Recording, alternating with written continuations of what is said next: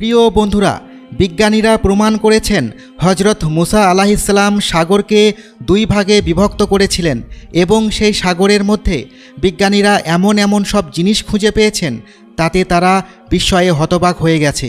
বিজ্ঞানীরা সমুদ্রের তলদেশে কি খুঁজে পেয়েছেন আর ফেরাউন লোহিত সাগরে ডুবে যাওয়ার সময় কি বলেছিল। আজকের ভিডিওটি খুবই তথ্যবহুল হতে চলেছে, তাই ভিডিওটি শেষ পর্যন্ত দেখতে থাকুন। যখন হজরত মুসা আলাইহিসসালাম ফেরাউনের কাছে তাওহীদের দাওয়াত নিয়ে গেলেন এবং বনি ইসরাইলদেরকে আল্লাহ তাআলার একাত্মবাদ সম্পর্কে বোঝানোর চেষ্টা করলেন, কিন্তু তার কোনো চেষ্টাই কাজে দিচ্ছিল না। তখন হজরত মুসা আলাইহিসসালাম আল্লাহর কাছে দোয়া করলেন। তখন আল্লাহ তাআলা বনি ইসরাইল এবং ফেরাউনদের উপর ধাপে ধাপে নানান ধরনের আযাব প্রেরণ করলেন। এরপরেও যখন ফেরাউন আল্লাহদ্রোহিতা থেকে ফিরে আসছিল না, তখন আল্লাহ তাআলা তাকে ধ্বংস করার সিদ্ধান্ত নিলেন। আল্লাহ তাআলার আদেশে হজরত মুসা আলাইহিসসালাম তার উপর ঈমান আনয়নকারী সীমিত কিছু লোকেদেরকে নিয়ে রাতের আঁধারে লোহিত সাগর পাড়ি দিয়ে হিজরত করার জন্য রওনা দিলেন। ভোরবেলা তারা লোহিত সাগরের তীরে গিয়ে পৌঁছালেন। ফেরাউনের কাছে যখন এই খবর পৌঁছালো, তখন ফেরাউন তার বিশাল সৈন্যদল নিয়ে হজরত মুসা আলাইহিসসালাম এবং তাঁর সঙ্গীদেরকে ধাওয়া করলেন।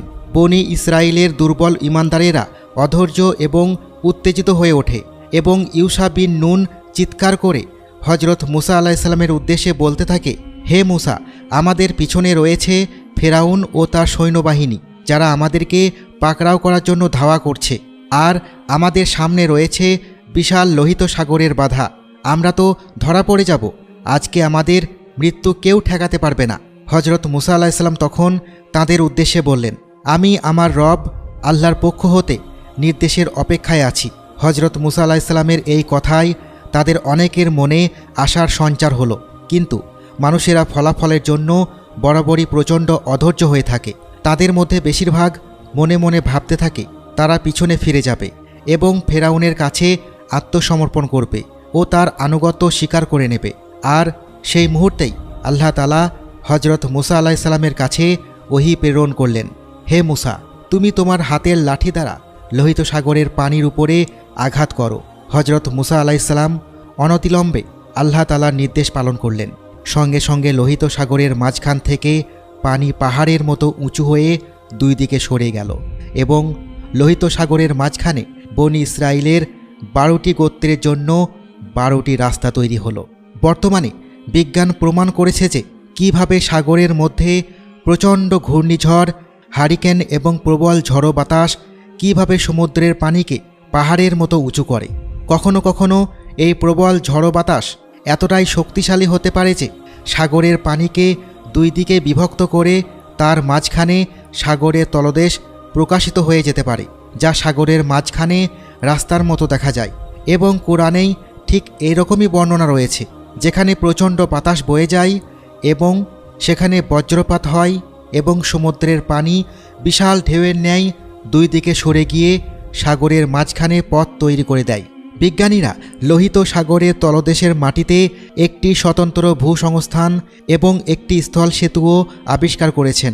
এই স্থল সেতুটি এমন একটি অঞ্চল যা নুয়েভা এবং মিশরকে স্থলভাগে সৌদি আরবের সাথে সংযুক্ত করে। এই এলাকাটিকে স্থল সেতু বলা হয় কারণ সমুদ্রের বাকি অংশের তুলনায় এখানে পানি অনেক কম গভীর। এমনকি আপনি এই এলাকাটি এখন গুগল ম্যাপেও খুঁজে পাবেন। এই বিষয়টা কি উত্তেজনা সৃষ্টি করার মতো নয়? কিন্তু ঘটনা এখানেই শেষ নয়। বিজ্ঞানীরা লোহিত সাগরে এর চেয়েও আরও অধিক বিস্ময়কর এবং উত্তেজনাকর তথ্য আবিষ্কার করেছেন। এখান থেকে দ্বিতীয় ঘটনা শুরু। যখন হজরত মুসা আলাইহিসসালাম তার সঙ্গী সাথীদেরকে ফেরাউনের কবল থেকে মুক্ত করে লোহিত সাগর পাড়ি দিয়ে নিরাপদ স্থানে চলে গেলেন, তখন বনি ইসরায়েলের লোকেদের কাছে হজরত মুসা আলাইহিসসালাম এই বিশ্বাস জন্মাতে পেরেছেন যে আল্লাহ তাআলা হজরত মুসা আলাইহিসসালামের সঙ্গে আছেন। যখন তারা পিছনে ফিরে দেখতে পেল যে ফেরাউন ও তার সৈন্যবাহিনী তাদের জন্য উন্মুক্ত করা পথটি দিয়ে এগিয়ে আসছে, তারা প্রচণ্ড ভয় ও আতঙ্কে হজরত মুসা আলাইহিসসালামের নিকট আবেদন জানালো। হজরত মুসা আলাইহিসসালাম যেন আল্লাহ তাআলার কাছে প্রার্থনা করেন লোহিত সাগরের মাঝে তৈরি হওয়া পথটি পুনরায় ডুবিয়ে দেওয়ার জন্য। এবার আর আল্লাহ তাআলা হজরত মুসা আলাইহিসসালামকে সাগরের পানিতে তার হাতের লাঠি দ্বারা আঘাত করার জন্য নির্দেশ দেননি।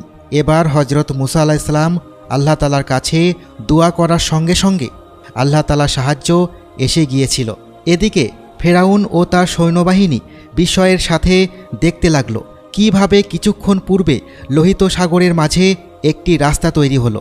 কিন্তু ফেরাউন তখন তার সৈন্যবাহিনীর লোকেদের দিকে ফিরে তাকালো এবং এমন ভান করল যেন এটি তার নির্দেশে হয়েছে। ফেরাউন তার লোকেদেরকে বলতে লাগলো, দেখেছ আমি কিভাবে সাগরের মাঝখানে রাস্তা তৈরি করেছি, এবার আমি মুসা এবং তার সঙ্গীদেরকে ধরে ফেলব। ফেরাউন ও তার সৈন্যবাহিনী দ্রুত বেগে মুসা আলাইহিসসালাম এবং তার সঙ্গীদেরকে ধাওয়া করতে লাগলো।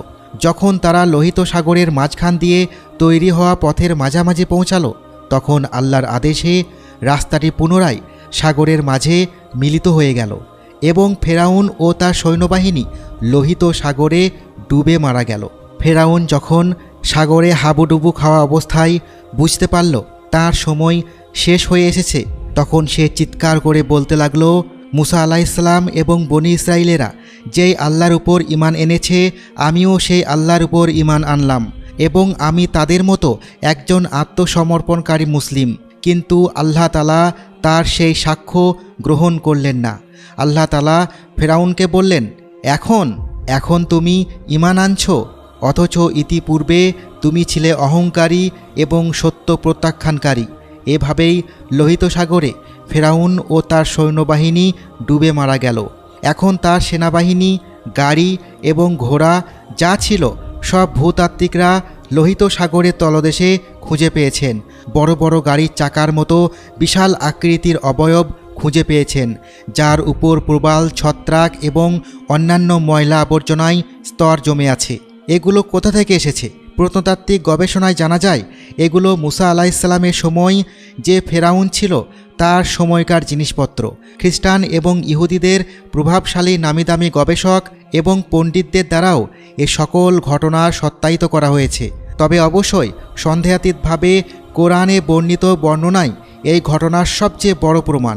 যদিও কোরআনে স্পষ্ট বর্ণনার পর আমাদের মুসলমানদের জন্য এ সকল বৈজ্ঞানিক প্রমাণের তেমন কোনো প্রয়োজন নেই। তবে আধুনিক বিজ্ঞান এবং গবেষণায় প্রাপ্ত এ সকল তথ্য আমাদের ঈমানকে আরও মজবুত করে, তাতে কোনো সন্দেহ নেই।